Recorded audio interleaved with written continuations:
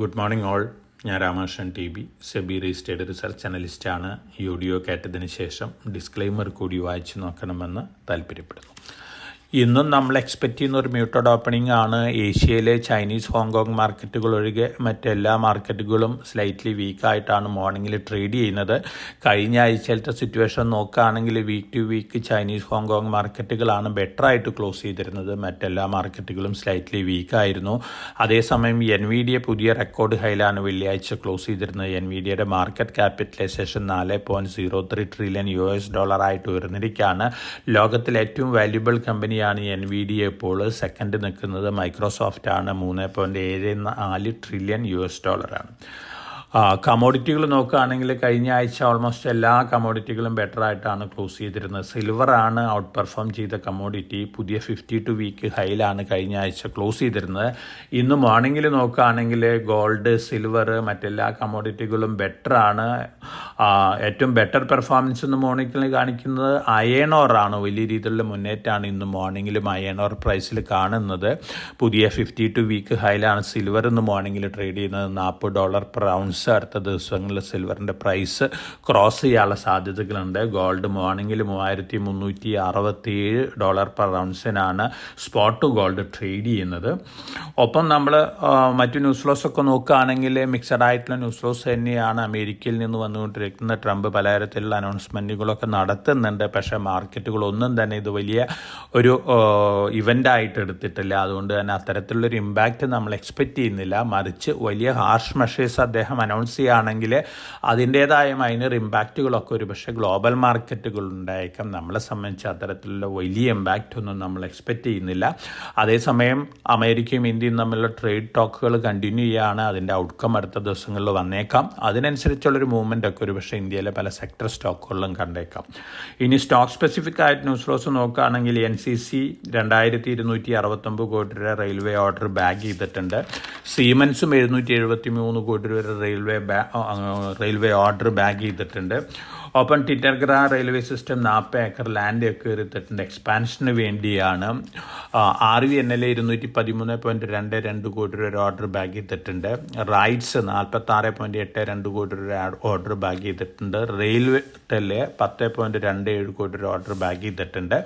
Neyveli lignite corporation 1.25 lakh crore രൂപ 2030 ആകുമ്പോഴേക്കും spend ചെയ്യാണ്. 65,000 കോടി രൂപ സ്പെൻഡ് ചെയ്യുന്നത് റിന്യൂവബിൾ എനർജി കപ്പാസിറ്റി ഇൻക്രീസ് ചെയ്യാണ്. ബാക്കി 35,000 മൈനിങ്ങിന് വേണ്ടിയാണ്. ഒപ്പം Neyveli lignite corporation Russian public sector കമ്പനിയായിട്ടൊരു JV ടോക്ക് നടത്തുന്നുണ്ട്. ഓവർസീസ് ലിഥിയം മൈനിങ്ങിന് വേണ്ടിയുള്ള JV ഫോം ചെയ്യാനാണ്.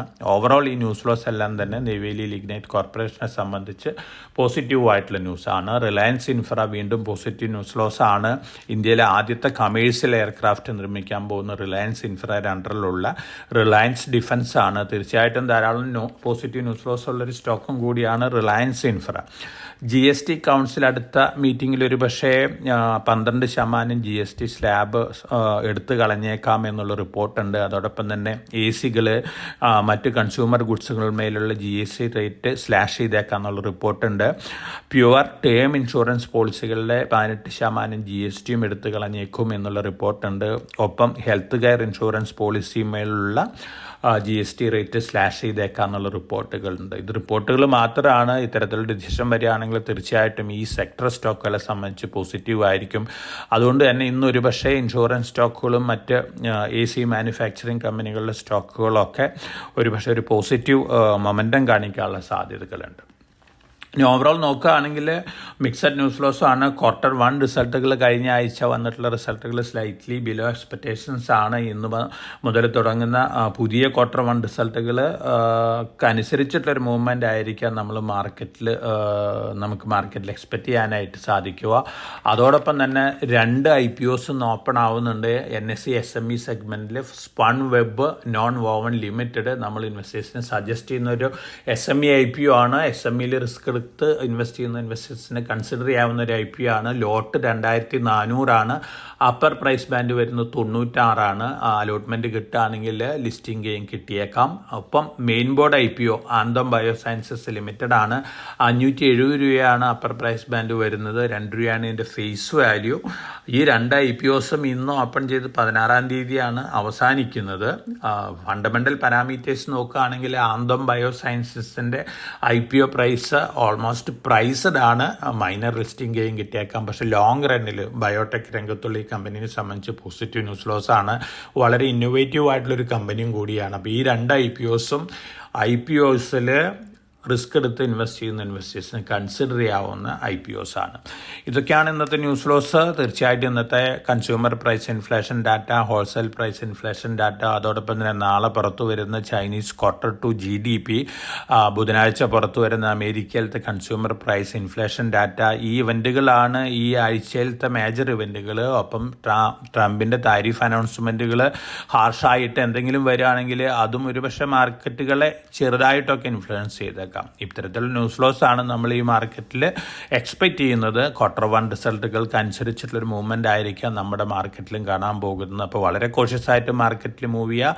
എല്ലാവർക്കും നല്ലൊരു ട്രേഡിൻ്റെ ആശംസിച്ചുകൊണ്ട് ഞാൻ ഇന്നത്തെ പ്രീ മാർക്കറ്റ് കമൻറ്ററിയോട് അവസാനിപ്പിക്കുകയാണ്. Thank you.